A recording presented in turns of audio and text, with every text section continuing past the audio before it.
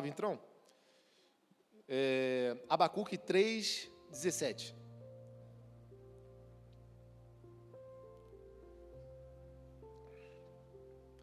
É bem conhecida, né? Ainda que a figueira não floresça, que não haja fruto na videira, ainda que a colheita da oliveira decepcione e os campos não produzam mantimentos, ainda que as ovelhas desapareçam do aprisco e nos currais não haja mais gado, mesmo assim eu me alegro no Senhor e exulto no Deus da minha salvação. Amém, gente? Vamos orar? Senhor Jesus, obrigado, Pai, por essa noite. Obrigado, Senhor, porque a Tua palavra ela é viva e eficaz. A Tua palavra ela permanece em nós e através de nós. Obrigado, Senhor Jesus, porque eu tenho certeza, Pai, que o Senhor vai operar poderosamente em nossas vidas, Pai. Eu tenho certeza que hoje será um culto que o Senhor marcará a nossa vida, Pai. Eu tenho certeza, Pai, que o Senhor já está agindo no nosso meio, Pai. Obrigado, Senhor, por hoje. Obrigado por cada um que está aqui. Que o Senhor venha através da palavra, que o Senhor venha com revelação, com sabedoria.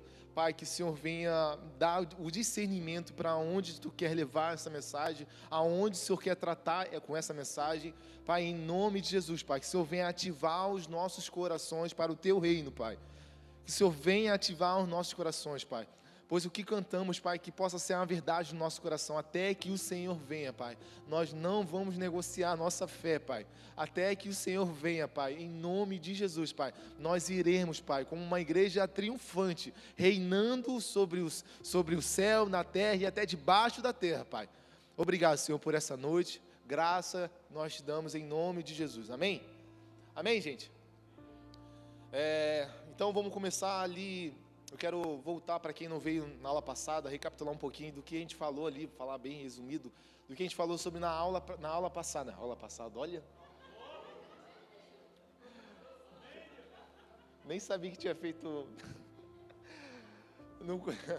no culto passado, na ministração passada, no primeiro episódio. Gente, olha. Eu falei sobre a fé que move montanhas, né? A fé que move montanhas dentro de nós. Sabe, às vezes a gente está com uma montanha gigantesca dentro de nós que a gente nem sabe. Às vezes é a montanha do medo, a montanha da falta de coragem ali, né, da covardia. Às vezes é uma montanha de sentimentos que nos impede de poder acessar a sala do trono. São montanhas que a gente coloca dentro de nós. Então a fé que move montanhas é a fé que ela elimina tudo isso, sabe? E aí eu peguei o versículo base para a gente poder entender, né, que está Hebreus 11, versículo 1. A fé é a certeza de que vamos receber as coisas que esperamos e a prova de que existem coisas que não podemos ver. E nesse versículo, a palavra fé em grego, ela chama pistis, que significa confiança, convicção e crença. Então esse versículo está dizendo o seguinte, que nós precisamos ter confiança, convicção e crença em quem Deus é e como Ele trabalha, apesar de a gente não saber ainda todos os detalhes. Então a fé, nesse versículo, ele está dizendo o quê? Eu preciso ter confiança, eu preciso ter convicção e eu preciso ter crença em quem Deus é. Então, muitas vezes a gente só está crendo com a mente, a gente só está tendo fé na mente, não está crendo no coração. A gente não está sendo convicto em quem Deus é, como Ele trabalha, apesar de não saber os detalhes. Romanos 10:17 vai dizer que, assim, a fé vem pelo ouvir e ouvir a palavra de Deus. Então, como é que eu tenho fé, gente? É ouvir na palavra. Sabe? A fé ela vai começar a brotar no nosso íntimo, a fé ela vai começar a ser gerada no nosso íntimo através de quê? Através do Naruto? Através de quê? De filme? Não, a fé ela vem pelo ouvir e ouvir a palavra de Deus. Hebreus 11:6 vai dizer que sem fé é impossível agradar a Deus, pois quem dele se aproxima precisa crer que Ele existe e que recompensam aqueles que o buscam. Então, sem fé é impossível agradar a Deus. Então, nós sabemos que quando nós... Então, nós sabemos que a gente agrada a Deus quando a gente exibe fé. Quando nós exibimos a nossa fé, nós estamos agradando a Deus. E eu falei até um exemplo que só eu estar aqui em cima, cara, já é um desafio para mim. Já é algo que eu preciso romper. Em fé, em coragem, em medo, em timidez. Engraçado que a Maria não está aí, né? Mas ela teve lá em casa esses dias e ela estava toda empolgada de fazer o evangelismo no ônibus. Eu falei, Maria, vem cá, você falou para mim que era tímida desde ontem, mulher. Ela fazia evangelismo no ônibus? Quem faz, mano? Eu não tenho coragem não, Maria. Ela, menina, se você souber. Não é assim? Mas é incrível que isso é um ato de fé muito grande, cara, que ela está rompendo. Sabe, quem conhece a Maria, né, desde lá na rua São Paulo, cabelo curtinho, de aparelho. Esse dia eu vi a foto dela, falei, Maria, não é você não, Maria. E, tipo, ela cantava até assim, de costas, de tanto, sabe, de vergonha, de ficar tímida, de poder ministrar olhando para a igreja, né. Então, ela está rompendo em fé, sabe. Então, Deus, Ele não está esperando de nós uma obra incrível e maravilhosa de fé, sabe. Deus não está esperando a gente dar um passo tão gigante em fé agora. Mas Deus está esperando a gente, que a gente dê um passo de fé. Cara, o que te deixa com vergonha? Talvez é ministrar a palavra de Deus? Então, cara, rompe nisso. E a gente estava conversando que...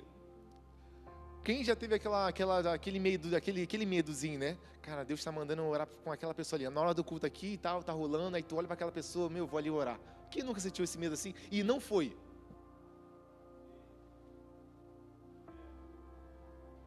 Não, porque deve ser bobeira minha, né? A gente sempre, não, deve ser coisa da minha carne. Não, deve ser...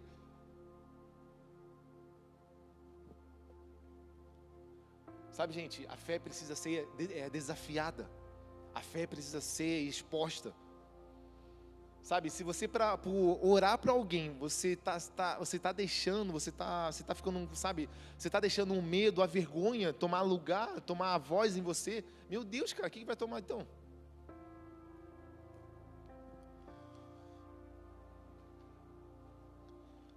Então Deus não está esperando de nós uma obra incrível,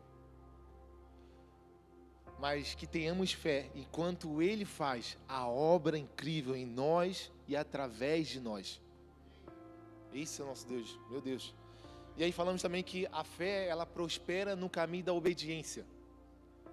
Esse texto, ele mexeu muito comigo, quando eu comecei a estudar e comecei a preparar e falei, meu Deus... que eu falei sobre os 10 leprosos. Quem conhece essa história dos 10 leprosos? Né? Engraçado que Jesus, quando ele viu os 10, eles começaram a falar, Senhor, tem misericórdia de nós, tal, se apresentaram para Jesus. Mas eles estavam numa distância, eles estavam longe. Eles não chegaram perto de Jesus e falaram, Senhor, me cura. Senhor, Jesus chegou lá, não. Isso foi, tem duas histórias com leprosos, né? Uma é que Jesus se aproxima, abraça aí e tudo mais. E tem essa que são os 10 leprosos que estão lá embaixo. E ele grita. E Jesus, ele fala assim, ó, vão lá, se apresenta para o teu sacerdote. Em nenhum momento Jesus, ele prometeu a cura para esses 10 leprosos. Em nenhum momento ele falou assim, vão lá, que chegando lá vocês vão ser curados. Sabe? Aí chegou os 10 leprosos, viraram e foram andando. Num caminho, eles perceberam que foi curado. Num caminho eles se olharam, nossa, eu estou limpo. E um voltou para até Jesus, voltou louvando a Deus, gritando, tal. E aí chegou diante de Jesus assim, se prostrou a ele e tal. E Jesus pergunta, cadê os outros 9? Não foram todos curados? Aí ele falou, não, sim, Senhor, mas somente esse, o samaritano, voltou. Sabe, e aí Jesus, ele fala algo incrível ali, ó. Vá, porque a sua fé o salvou. Todos eles foram curados, mas apenas um foi salvo. E aí a gente começa a olhar para nós e que talvez a gente se aproxima de Deus por coisa, por uma cura, por uma prosperidade. Talvez a gente se aproxima de Deus por um trabalho. Eu estou fazendo uma entrevista de uma empresa, cara, gigante. Aí eu começo a orar, começo a jejuar, começo a buscar. Ou então eu estou diante de de um namoro e começa a orar para que isso aconteça e tudo mais. E a gente não começa a cantar o que a gente cantou aqui, até que o Senhor venha. Essa canção é tão forte, meu Deus, dá até medo de cantar. E às vezes eu sou assim, como os 9 leprosos, recebi a minha bênção e eu esqueci dele depois. Eu esqueci até de voltar para poder agradecer a bênção que ele me deu. Esqueci de voltar para agradecer o trabalho, esqueci de voltar para agradecer a empresa, esqueci de voltar para agradecer o que ele colocou diante de mim. Então Jesus ele libera algo poderoso para a vida daquele único leproso. Vá, porque agora a sua fé o salvou.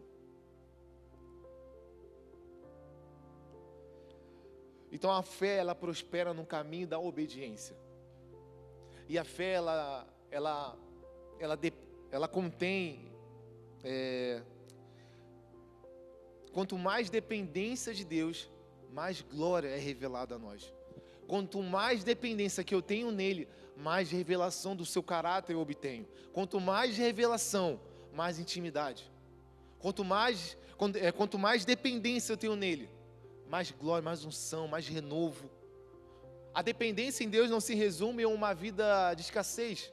Não se resume não tenho mais nada para poder investir, não tenho mais nada, só tenho o Senhor. Muitas vezes fala assim, cara, eu só estou pela fé. Glória a Deus que você está pela fé.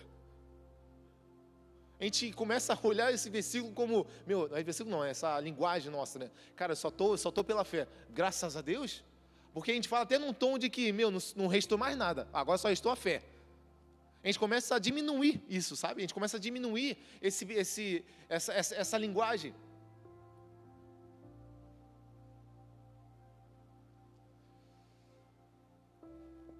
Quanto mais dependência no Senhor, mais glória, gente. Sabe, no passado, eu comecei a orar e antes de vir para o culto, eu comecei a falar, Pai, que possamos ser dependentes de Ti. Sabe, não dependente de estrutura, não dependente de palco, não dependente de banda, não dependente de nada, sabe? Não dependente de um telhado, mas que a gente fosse dependente somente de Ti. Cara, e foi tão poderoso o sábado passado. Foi tão poderoso. O anúncio começou, tinha gente no chão ainda. Sabe, eu subi a ministrar, tinha gente no chão ainda. Sabe, foi tão poderoso. E muitas vezes a gente substitui isso, a presença dele. A presença dele só vai fluir quando eu tiver a banda completa. Já começa. A presença só vai fluir quando eu tiver com os canhões aqui de luz virado.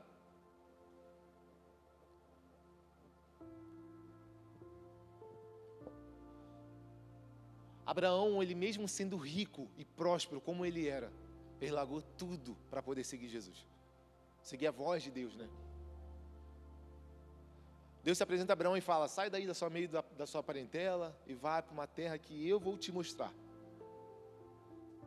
E ele começa a sair. E no percurso, num caminho, que é da fé, que prospera num caminho, Abraão, ele ficava cada vez mais rico. Como é que pode? Todo lugar que ele se apresentava, o rei dava gado para ele, dava isso, dava aquilo. Abraão sempre prosperou. A gente acha que talvez ser dependente de Deus, eu não ter nada. Talvez a gente acha que talvez para ser dependente de Deus, eu preciso estar desempregado, preciso estar com sei lá o que, falido. Jesus, quando ele se apresenta a Pedro lá, falido, triste, porque estava pescando a noite toda, não pegou um peixe. Ele fala assim, Pedro, por que seria mais fácil, né? Vem cá, Pedro, me segue, larga esse negócio de pescaria. Seria mais fácil, né? Pedro não ia falar, tá bom, tô falido mesmo, bora. Aí Jesus fala, chega para ele e fala assim, Pedrão, joga para cá agora a rede. Aí ele joga. Aí ele pega tanto peixe, não consegue nem subir. Aí agora vem a pergunta. Pedro, siga-me.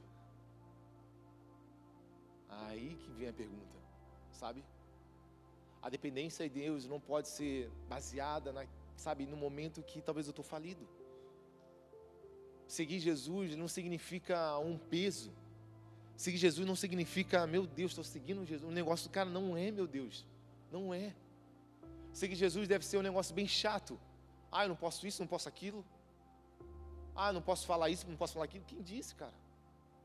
Tem alguém triste aqui para seguir Jesus? Não. Alguém se arrepende de ter encontrado Jesus?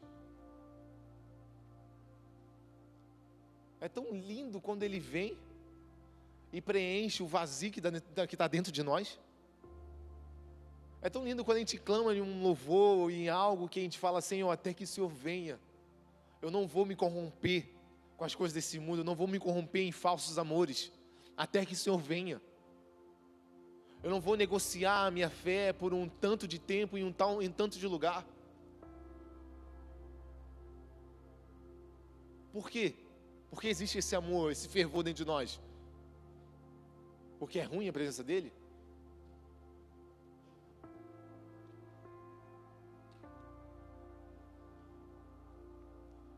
Então, começando a palavra dessa nova aula, desse segundo episódio, que é desenvolvendo a fé.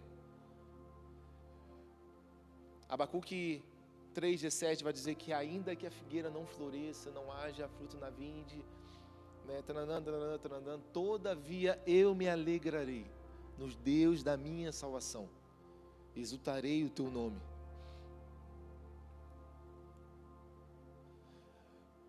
E engraçado que pregar sobre fé, ministrar sobre fé foi algo muito, muito forte para mim, foi algo que, cara, nasceu assim, vou começar uma série, tava pensando, que série. E aí veio sobre fé, eu falei, cara, casou muito, sabe? Porque, cara, uma igreja que não tem uma fé totalmente desenvolvida e totalmente esclarecida, é uma igreja que não rompe, é uma igreja que nunca vai romper. Sabe, precisa nascer de dentro para fora. A fé, ela nasce de dentro para fora.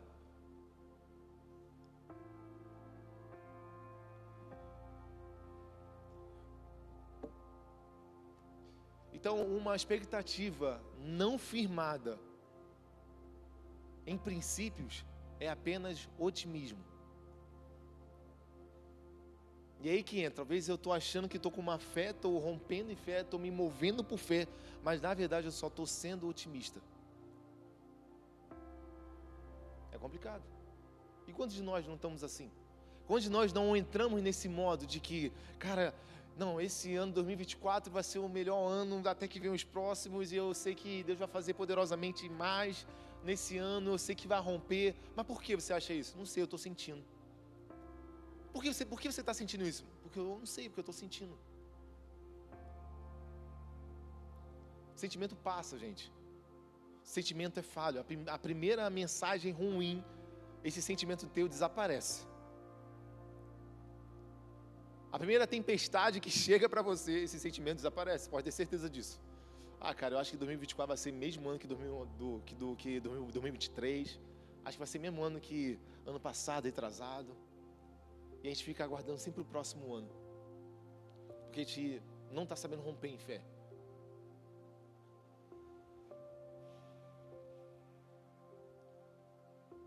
Então, o otimismo, o que significa essa palavra, Ele não nos prepara para a realidade. O otimismo não nos prepara para a realidade. Grava isso. Não há firmeza, mudança e aprofundamento de consciência no otimismo. Apenas uma troca psicológica. Então, para poder esconder o meu presente, esconder a minha realidade, eu estou sendo otimista. Não, eu vou romper em fé. As minhas finanças vão romper em fé. Amor, vamos lá jantar fora, porque tenho certeza que esse ano vai romper em fé. Eu estou rompendo aqui, não sei mais o que, então eu estou provando alguma coisa para alguém. Ou então eu estou totalmente apagando a minha realidade. Eu estou apagando o meu momento de que talvez eu preciso plantar, para depois colher. Talvez eu preciso, aqueles que choram, me alegrar, né? Lá em Eclesiastes.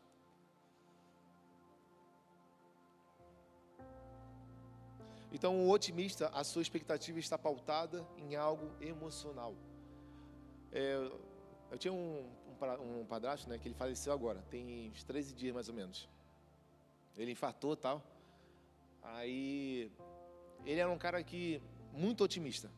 Muito otimista. Ele, acho que tinha 76 anos, 80, mais ou menos assim, morreu bem velhinho, né? Ele foi minha mãe, já estava na hora já mais ou menos, né, mãe? E aí, o que acontece com ele, com o Valtinho, cara? O Valtinho, ele era um cara que adorava ajudar as pessoas. Ele se movia por ajudar pessoas. Sabe? Ele cria em Deus, mas tinha lá, né? Você sabe. Então, o que aconteceu com o Valtinho? O Valtinho era um cara muito otimista. Ele começava lá em cima. Ele até essa idade, ele estava trabalhando, ele estava produzindo. Era um cara ativo. Mas quando vinha a primeira coisa, quando o carro quebrava, quando ele ia trabalhar, meu Deus, acabou o Valtinho, gente. Xingava até a segunda geração. Então você vê que o otimismo, ele encobre a nossa realidade. Agora, para quem está movendo em fé, quem se move em fé, ele vai falar assim, por que 2024 vai ser um ano bom? Porque o meu Deus ainda está vivo. Ele está vivo, ele não está morto. E por isso que eu creio que 2024 vai ser o melhor ano das nossas vidas, até que venham os próximos, em nome de Jesus. Ainda que a figueira não floresça, todavia eu me alegrarei. Porque eu não estou baseado por vista, não estou baseado pelas coisas que eu vejo, mas pelas coisas que eu não vejo.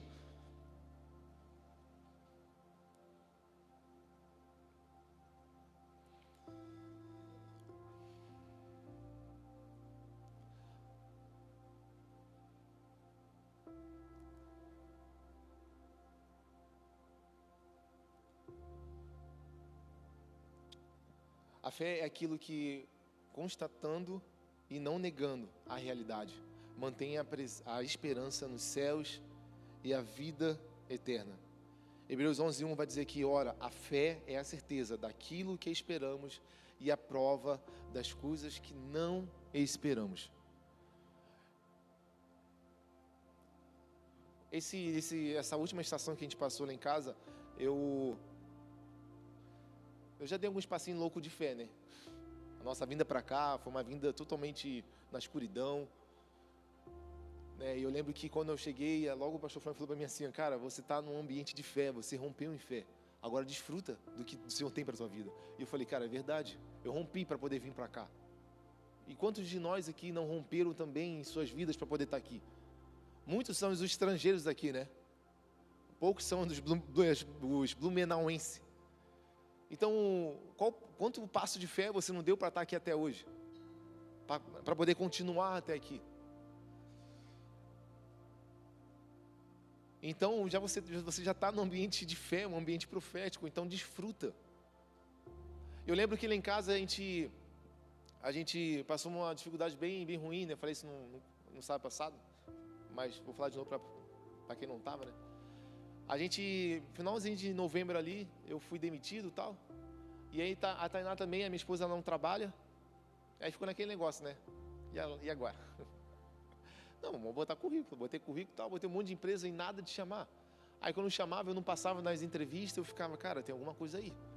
Porque é difícil assim, né? Não me achando. Mas eu tenho um currículo bom, né? Assim, né? Então, para a área que eu atuo, eu tenho um currículo bom, tenho experiência nisso e tal. E eu não era chamado. Eu falei, cara, tem alguma coisa. Eu preciso discernir o tempo que o Senhor está falando comigo. E lá em Mateus 16, versículo 1 mesmo. Deixa eu só abrir aqui. Vê se é isso aí, Mateus 16. Isso aí mesmo. Os fariseus e os saduceus aproximaram-se de Jesus e puseram à prova, pedindo-lhe que lhes mostrasse um sinal do céu.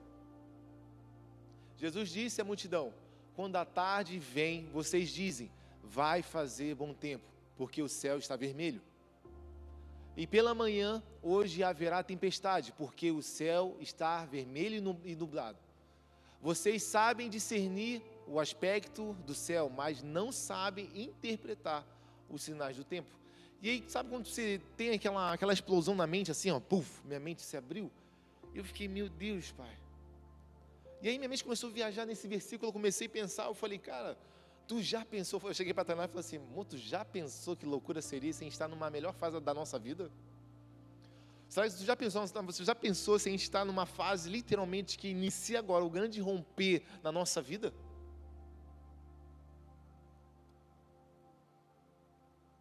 E aí começou a borbulhar dentro de mim.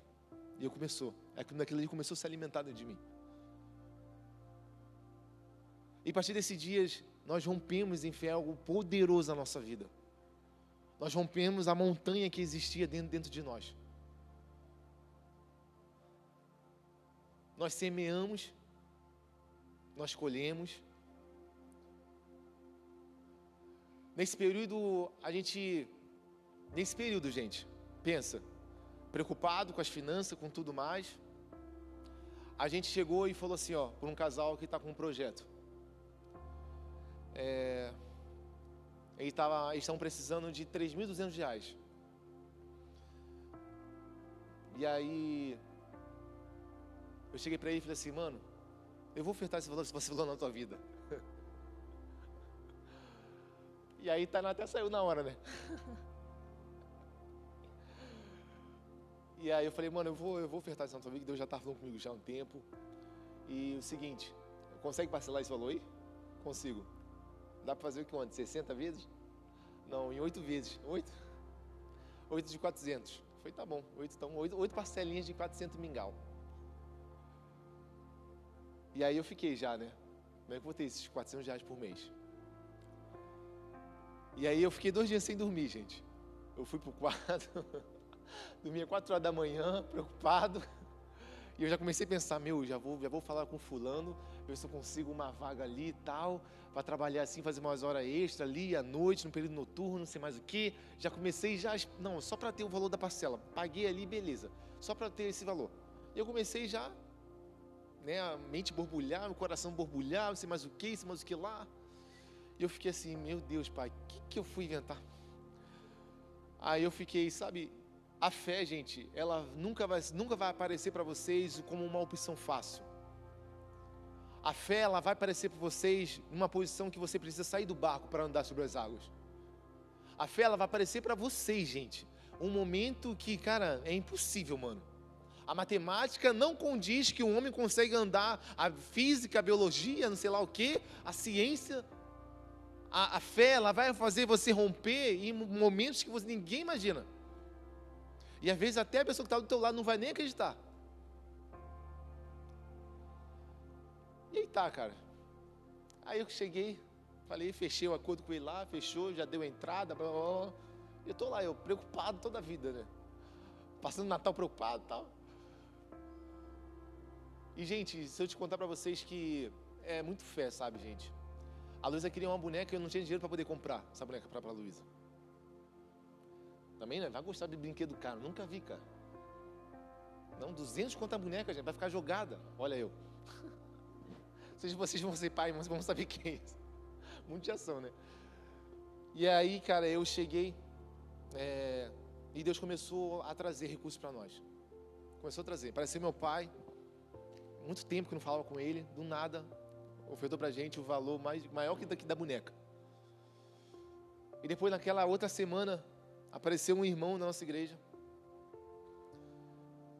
um querido, mas que não, sabe, não é meu brother de fechamento assim, sabe, um querido. E pasme, gente, o homem ofertou na minha vida R$3.200. Justamente o valor exato do que eu ofertei para aquela família que estava precisando. Quase falei o nome, ó. Justamente o valor exato, não era 3.201 ou 3.230, 3.500, mas foi 3.200, gente.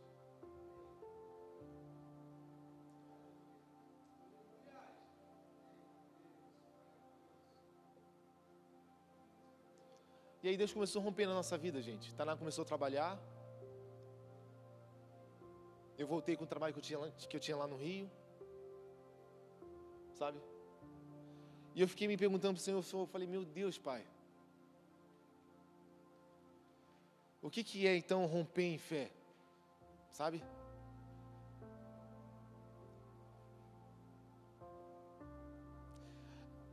Mateus 17, 20 vai dizer assim, ó. Vou lá, que a minha versão está diferente de vocês. Mateus 17, 20. Senhor. Não, 20. Isso. E ele respondeu, porque a fé que vocês têm é pequena. Em verdade lhes digo que, se tiverem fé como um grão de mostarda, poderão dizer a este monte, vá daqui para lá, e ele irá. E nada será impossível para vocês. Agora a versão que eu tenho aqui está falando o seguinte, Jesus respondeu, foi porque vocês não têm bastante fé. Eu afirmo a vocês que isto é verdade. Se vocês tivessem fé, mesmo que fosse o tamanho de grão de mostarda, poderiam dizer a este monte, saia daqui e vá para lá, e ele iria, e vocês teriam poder para fazer qualquer coisa. A versão A Mensagem vai dizer, porque vocês ainda não levaram Deus a sério.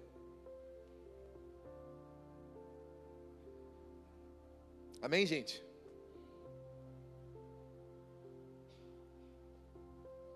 No Arena, teve um culto aqui, mano, vou ter que falar de ti, mano. No Arena teve o primeiro TJ desse ano. O Senhor, ele... Cara, foi um culto incrível. Quem estava na Arena aí, gente? Massa, né, gente? O Senhor, ele estava... Cara, foi incrível aquele culto Arena. O Senhor marcou, sabe, aquela noite. O Senhor marcou algo profundo. E eu sabia que o Senhor ia marcar muitos corações nessa noite. Sabe? O Senhor marcou a vida de um jovem que está pouco tempo no Brasil, com um tocar de um baterista da noite, não sei quem é. Que ele foi impactado, que ele sentiu a presença de Deus só pela batida da batera ali. Estava uma unção sobrenatural. E teve outro testemunho que foi incrível, gente, que aquele ali, cara, esse testemunho eu vou levar para minha vida, cara. Tem um amigo nosso chamado Carlota. Cara, ele é um cara que eu amo demais, cara. Andrei começou a colar com ele junto no Reverb. E eu ficava sempre assim, sabe, sempre orando por ele, todavia, sabe. Quando eu estava no trabalho, eu mandava mensagem, ei, Carlos, como é que você tá, mano? Você tá bem? E ele, mano, eu estava precisando em você agora. E sempre batia os nossos pensamentos. Sabe, era muito engraçado assim, né? A gente sempre teve uma aproximação muito forte assim, né? A gente sempre se conectou muito rápido. E o Carlos, gente, para quem não sabe, ele tem menos de um mês que ele operou o joelho, né, Carlos? Ele tem menos de um mês. Ele tava com o joelho, eu fui lá na casa dele na semana do Arena, tava uma bola. Assim, ó, eu não conseguia nem olhar, né? Eu olhava assim, ai, para de mexer, Carlos. Eu ficava mexendo assim. Aí, ninguém falou, cara, eu vou fazer de tudo para poder estar lá. E eu sabia da condição dele, estava sentindo dor, né? E você vai para um lugar assim, movimentado, com muita gente, é perigoso, eu fico preocupado de alguém bater. Né? Esse dia eu tive, quando a Luísa estava operando lá o apendicite, cara, a Catarina, ela esbarrou na perna de uma mulher lá que estava com 3 metros de ferida, cara. A mulher começou a berrar lá, até meu Deus do céu, cara. Pensa a minha cara, mano. E eu comecei a pensar nisso nele. Eu falei, já pensou se alguém esbarra nessa perna dele? Eu fiquei com trauma. Cara, olha que cena, Catarina, cara. E Catarina bateu na mulher e ficou lá. Meu Deus, cara, olha, não vou nem lembrar, mano. Coitada da mulher. E aí, cara, o Carlos veio, sabe, ficou sentado ali na poltrona dele ali. E o culto rolando, e, cara, eu orando, Senhor, eu falei, Senhor, cura esse homem, Pai. Traz algo para a vida dele. Aí, ele estava querendo marcar um negócio lá em casa, ele e o Andrei, né, tava ali me cobrando, vamos fazer uma parada, bora, vamos fazer então hoje. Aí eles foram lá em casa, ainda me honraram, levaram carne para churrasco, levaram linguiça. E aí a primeira coisa que ele chegou lá em casa falando, gente, que eu fiquei, ele falou, mano, não, e pior, que eu tava lá em cima do prédio olhando assim, né, e eu tô vendo ele ali, com as bandejas assim, e subindo a escada, eu preocupado, meu Deus, gente, eu tinha que abrir a porta da garagem para ele subir, não pegar a escada, né, eu pensando, né, como é que esse cara vai subir? Daí deve ajudar ele, botar ele num colo, sei lá, né, Aí eu fiquei pensando assim, fiquei preocupado com ele. Aí eu fiquei pensando, cara, que doideira que esse cara aconteceu com o Carlos. Aí ele subiu todo alegre e falou, mano, depois do TJ, a minha perna desinchou na hora, cara. E aí, na mesma semana, na quarta-feira, eu fui fazer a minha fisioterapia lá. E o médico ficou bobo, né, mano? Ele não acreditava porque ele estava já sem muleta. Ele não tinha nem 15 dias, cara. E ele falou que o normal seria o quê? 3 meses? Cara, em menos de 15 dias, os caras já estavam sem muleta, subindo em escada e levando lá, linguiça para mim lá, o churrasco lá. Sabe, gente? E aí eu comecei a pensar, cara, que tá tudo acessível para nós. Sabe, o Senhor, Ele está disponível demais para quem te rompe em milagre, em fé, quem te ande, sabe, pelas águas, como Pedro andou. Sabe, o Senhor, Ele tem o maior interesse em ver você prosperando, em ver você rompendo em fé, em ver você triunfando, em ver você voando. O Senhor tem o maior interesse em ver sinais e maravilhas na tua vida. Mas a nossa fé é tão pequenina que não chega nem num grão de mostarda, que é mais ou menos 1 a 2 milímetros. E a gente começa a declarar sobre a nossa vida. Ah, minha vida financeira está uma bosta. Ah, eu não consigo romper. Ah, esse meu trabalho é isso aqui. Ah, eu estou vivendo isso aqui. Ah, o meu carro é isso aqui. E eu não consigo dizer palavras que, sabe, que prosperam. Eu não consigo romper em fé, porque eu estou totalmente agarrado àquilo que eu estou vendo. E eu não estou olhando para aquilo que eu não estou fixando os meus olhos realmente para Ele. Elevo meus olhos para o monte, de onde vem o meu socorro. Sabe que interessante nisso, cara? Cara, presta atenção nisso aqui. Quando o salmista Davi, ele falou assim, ó, eu elevo meus montes para os montes, de onde vem meu socorro. Na época, existia estátuas de deuses no monte. Várias estátuas, assim, eles colocavam. Então o salmista Davi, ele vai olhar para o monte e fala assim, ó, eu elevo meus olhos para o monte, de onde vem o meu socorro? Aí ele fala, o meu socorro vem do Senhor, que fez o céu e a terra. O meu socorro vem dele. Ainda que eu esteja cercado de inimigos, ainda que eu olhe para a montanha e veja um monte de deuses, de estátuas, eu olho somente para o que me resta. É o céu e a terra, o que criou. Sabe, gente? A fé, ela nasce de dentro para fora. Não podemos ser um povo otimista, excluindo a nossa realidade. Mas ainda que meus olhos ainda não estão contemplando aquilo que eu creio, até que Ele venha, eu vou gastar a minha vida. Até que Ele venha, eu não vou recuar. Até que Ele venha, eu não vou negociar. Esse é o nosso Deus, gente. O tema desse ano é mostra-nos a tua glória. Você acha que o Senhor não vai mostrar a sua glória? Estamos em fevereiro ainda, quantas glórias estamos já vendo?